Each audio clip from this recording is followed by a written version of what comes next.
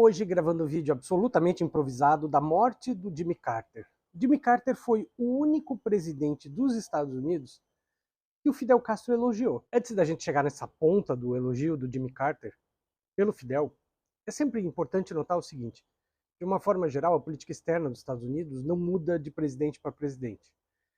Ou quando muda, muda muito pouco. Ao bem da verdade, esse tipo de um bloco de coisa monolítica que se tornou a política externa americana acontece de uns tempos para cá. Porque assim, quando o Nixon visitou a China, nos anos 70, ele tinha uma ideia de fazer algum tipo de mudança na política externa dos Estados Unidos. Ele estendeu a mão à China, e lembre-se que a China não era nada do que a China é hoje. Porém, a ideia do Nixon era a seguinte.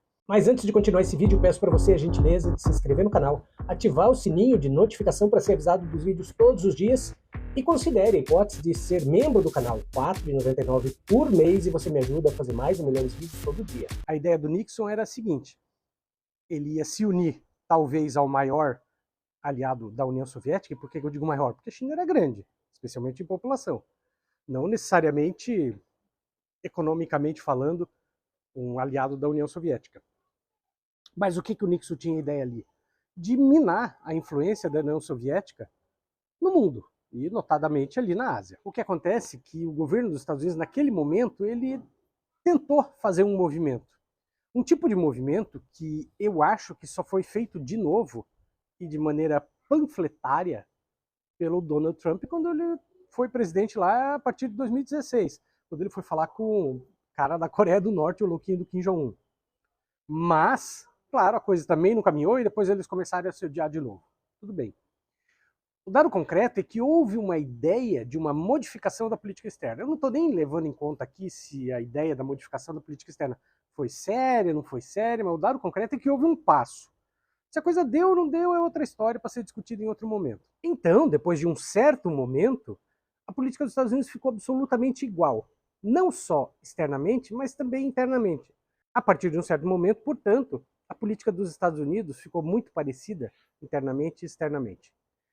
Hoje eu diria que é quase difícil de achar uma diferença entre democratas e republicanos, exceto com a questão do Trump se aliando à extrema-direita. Isso, de fato, é uma coisa nova. Mas tirando esse aspecto, de resto não tem muita diferença. Tanto que uma parte substancial dos americanos não votam e não tem a menor intenção de votar, porque eles acham que não tem diferença. Mas voltando ao Jimmy Carter, o Carter ele foi elogiado pelo Fidel no contexto de um livro, Conversas com Fidel, do italiano Gianni Minà. O Fidel disse sobre o Carter que era uma pessoa que tinha tentado de verdade estabelecer relações amigáveis com Cuba, não tratar Cuba como um inimigo a ser abatido. Aliás, um dos grandes ícones da democracia, vamos colocar entre aspas, tá? Mas um dos grandes ícones da democracia mundial era o Carter através do Instituto Carter. O Instituto Carter, ele referendou diversas das eleições ocorridas na Venezuela com Hugo Chávez. E isso fez, porque o Carter tinha esse instituto, né, de verificação das eleições, etc., de validação de democracias, e isso fez com que uma voz dissidente fosse falada dentro dos próprios Estados Unidos. O Jimmy Carter, através do Instituto Carter, dizia: não, a eleição X ou Y do Hugo Chávez foi válida. Nós estivemos lá, nós acompanhamos o pleito, não teve roubalheira, não. Já recentemente, o Instituto Carter não referendou a eleição do Maduro. E isso foi uma coisa importante a ser dita. O Jimmy Carter era um cara low profile, era aquele cara de boas. Ele atendia lá, morreu com 100 anos, né? Ele atendia na igreja dele, lá fazia comida para as pessoas necessitadas, uma série de coisas desse tipo, e que é muito bem vista, esse tipo de filantropia é muito bem vista nos Estados Unidos. Não estou entrando aqui no mérito se é de verdade, se é por marketing, não é essa a questão.